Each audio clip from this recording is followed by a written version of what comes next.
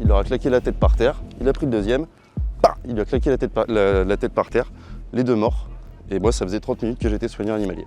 C'est ça qui a créé toutes mes désillusions et qui m'a envoyé dans la protection animale. Mon tout premier jour de soigneur animalier, c'était ici du coup. À la mini-ferme, les boucs et les chèvres s'étaient reproduits, il y avait des chevreaux. Les deux chevreaux, c'était deux mâles. Les boucs, c'est toujours un cauchemar à replacer. Du coup, le vétérinaire, il a pris les deux chevreaux qui avaient 2 jours, il leur a claqué la tête par terre, il a pris le deuxième, il lui a claqué la tête par terre, les deux morts. Et moi, ça faisait 30 minutes que j'étais soigneur animalier. Donc là, tu as des animaux totalement en liberté sur une grande superficie. Comment tu veux savoir qui a été le père ou la mère de telle lignée? Et là, ils sont tous en totale consanguinité. La population, elle est devenue ingérable et du coup, ils se reproduisent à tel point qu'on ne sait plus quoi en faire aujourd'hui.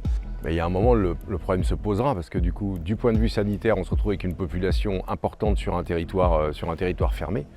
Et du point de vue de la consanguinité, on a une espèce qui dégénère complètement, quoi. Et là, ils ont été reproduits à tel point qu'on ne sait plus quoi en faire. Qu'est-ce qu'ils comptent en faire? Voilà, donc soit les replacer à des copains, soit les euthanasier, soit par sélection naturelle, parce qu'avec tellement d'individus sur un même territoire, tu as des maladies qui se déclarent.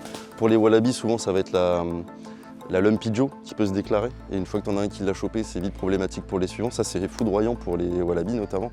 J'ai dû faire moi-même plusieurs contentions pour des euthanasies de Lumpy Joe sur des wallabies, ouais, tout à fait. Parce que déjà à cette époque-là, donc on parle il y a une vingtaine d'années, quoi, il y avait déjà cette même problématique qui du coup en 20 ans ne s'est pas du tout réglée, mais c'est plutôt aggravé, vu le nombre d'individus que vous pouvez voir là sur le territoire.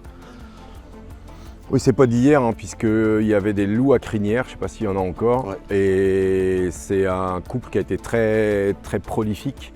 Et le coordinateur, puisque pour chaque plan d'élevage européen, il y a un coordinateur qui est nommé, qui peut être un soigneur hein, d'un autre zoo. Et le coordinateur avait dit à chaque naissance, c'est euthanasie parce qu'on ne sait plus quoi faire de ces animaux. Et là, on est sur des espèces qui ont une vraie valeur patrimoniale, qui dans leur milieu sont en vrai danger. Et c'est totalement illégal. C'est-à-dire que la gestion d'un établissement zoologique par l'euthanasie du surplus, c'est une grave infraction.